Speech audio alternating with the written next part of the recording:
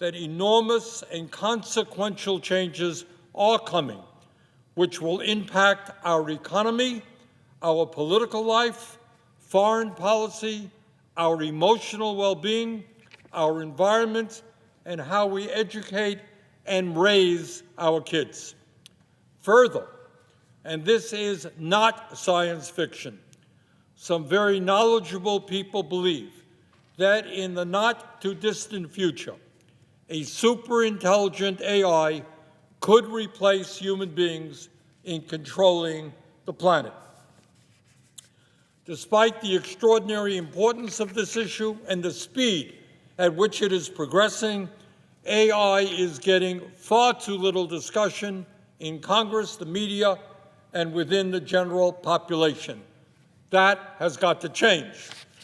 Several months ago, as the ranking member of the U.S. Senate Committee on Health, Education, Labor, and Pensions, my staff and I undertook an investigation regarding the monumental changes that we face with the rapid development of AI.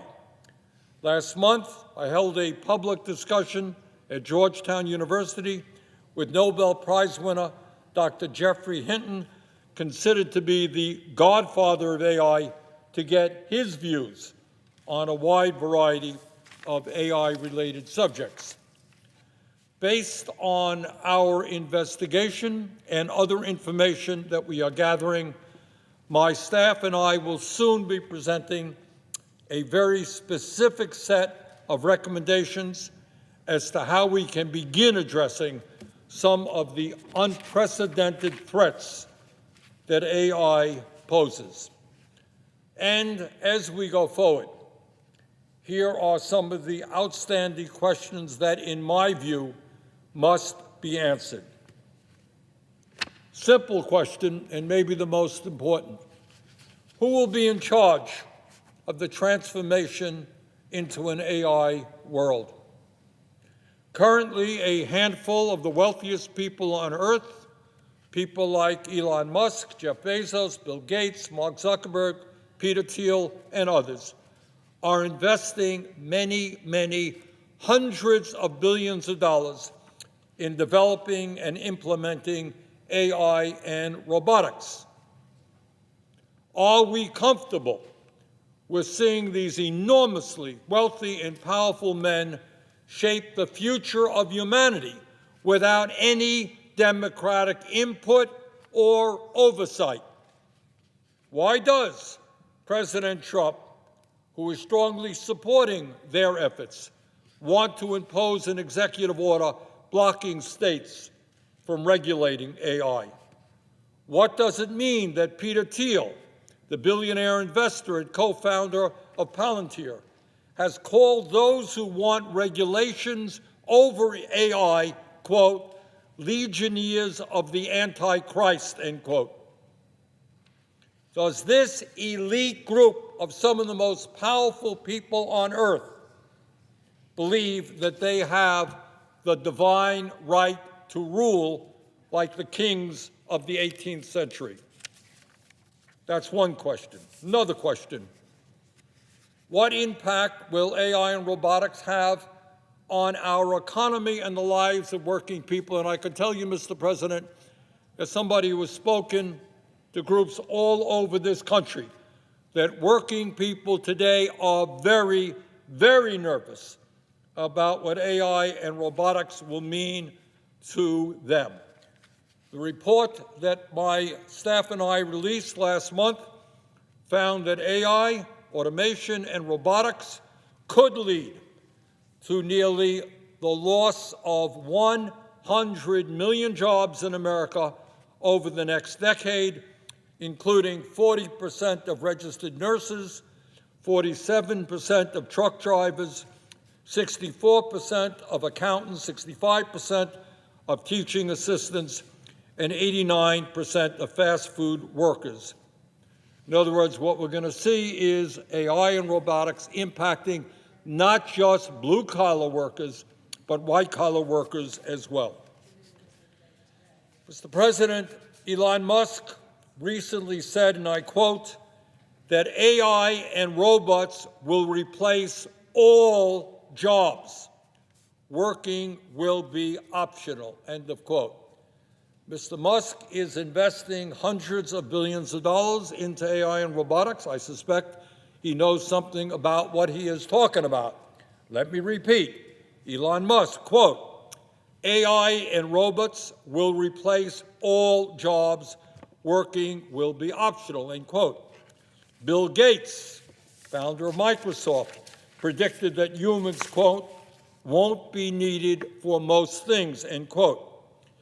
Dario Amodei, the CEO of Anthropic, warned that AI could lead to the loss of half of all entry-level white-collar jobs. Mr. President, if AI and robotics eliminate millions of jobs and create massive unemployment, how will people survive if they have no income?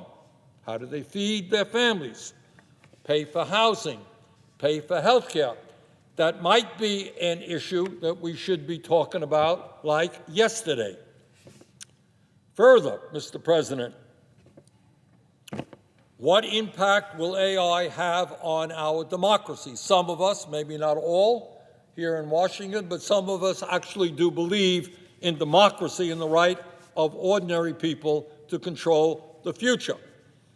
At a time when the foundations of democracy are under attack here in the United States and throughout the world, will AI and robotics help make us a freer society, or will it give even more power to the oligarchs who control and own the technology?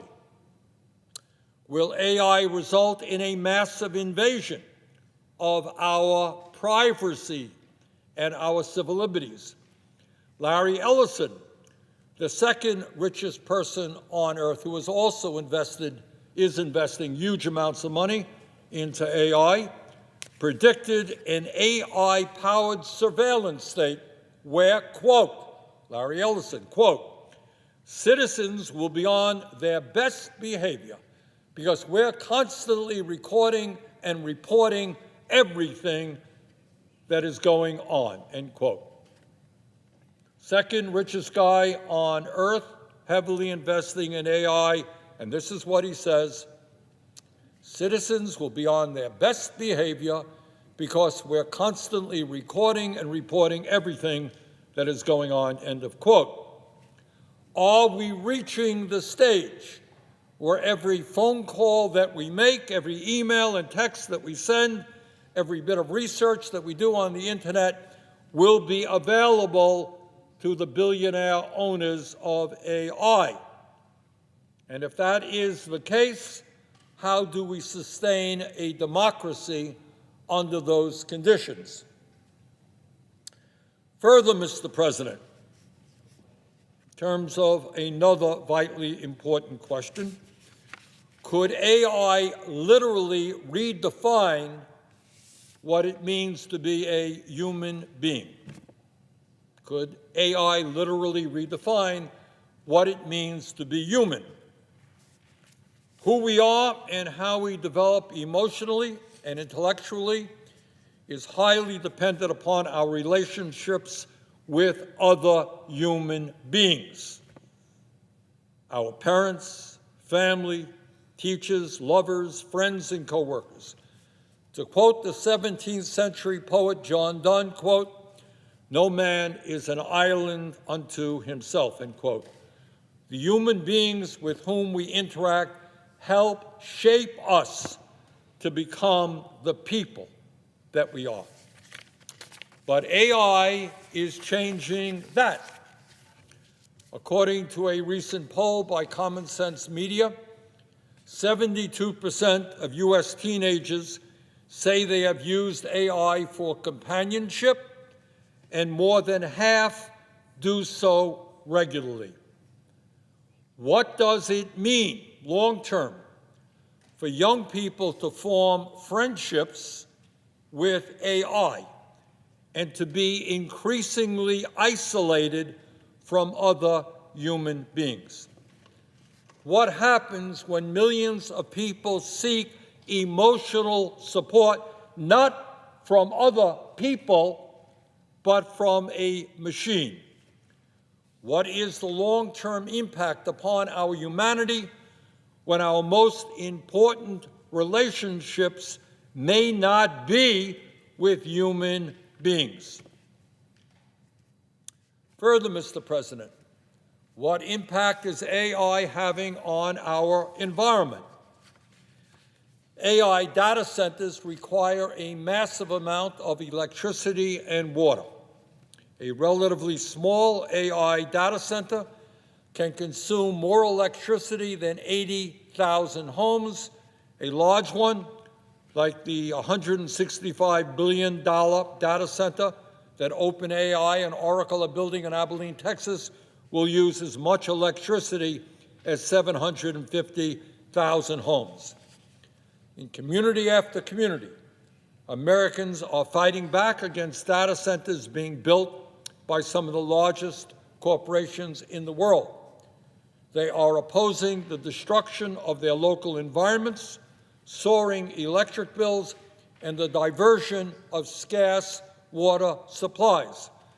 Nationally, we need to know, how will AI data centers impact our environment?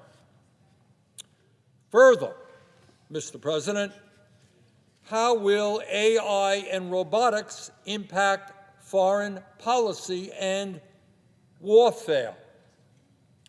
Tragically, in the midst of the 21st century, governments have not yet created a mechanism for solving international or internal disputes without armed conflict. In the last several years, for example, we have seen horrific wars taking place in Ukraine, Gaza, and elsewhere. Nonetheless, despite the maintenance of large armies around the world, leaders are often constrained in their warlike tendencies because of their fear of public reaction to the loss of life. It is not great politics for any government, any governmental leader, to have large numbers of young people coming home in body bags. Now, what does the future look like if millions of robot soldiers replace human soldiers? Will leaders be more likely to engage in war or threaten military actions if they don't have to worry about loss of life? How will that shape foreign policy around the world if you no longer have to worry that people in your military are going to get killed, just robots? And last, Mr. President, but certainly not least, is AI an existential threat to human control over the planet? A rather significant question. You know, some of us remember the scene in that great 1968 science fiction film, 2001: A Space Odyssey, in which HAL, the superintelligent computer that controlled the spaceship, rebelled against its masters, the people, the crew on the spaceship. Today, as AI makes rapid progress, Dr. Geoffrey Hinton, the godfather of AI, recently told me that it was only a matter of time before AI becomes smarter than human beings. And Dr. Hinton is not alone in that assessment. What does that mean? If AI becomes smarter than human beings, does that mean that humans will be ceding their ability to control the planet? This, unfortunately, is not science fiction. This is an issue which some of the leading experts in AI are thinking seriously about. So, Mr. President, bottom line is AI and robotics are going to have a profound impact on the United States and the entire world. The time is long overdue for us to be taking a very hard look at these profound issues and understand that it is the American people who must determine our future with regard to AI and not just a handful of multi-billionaires. Thank you, Mr. President. I yield the floor.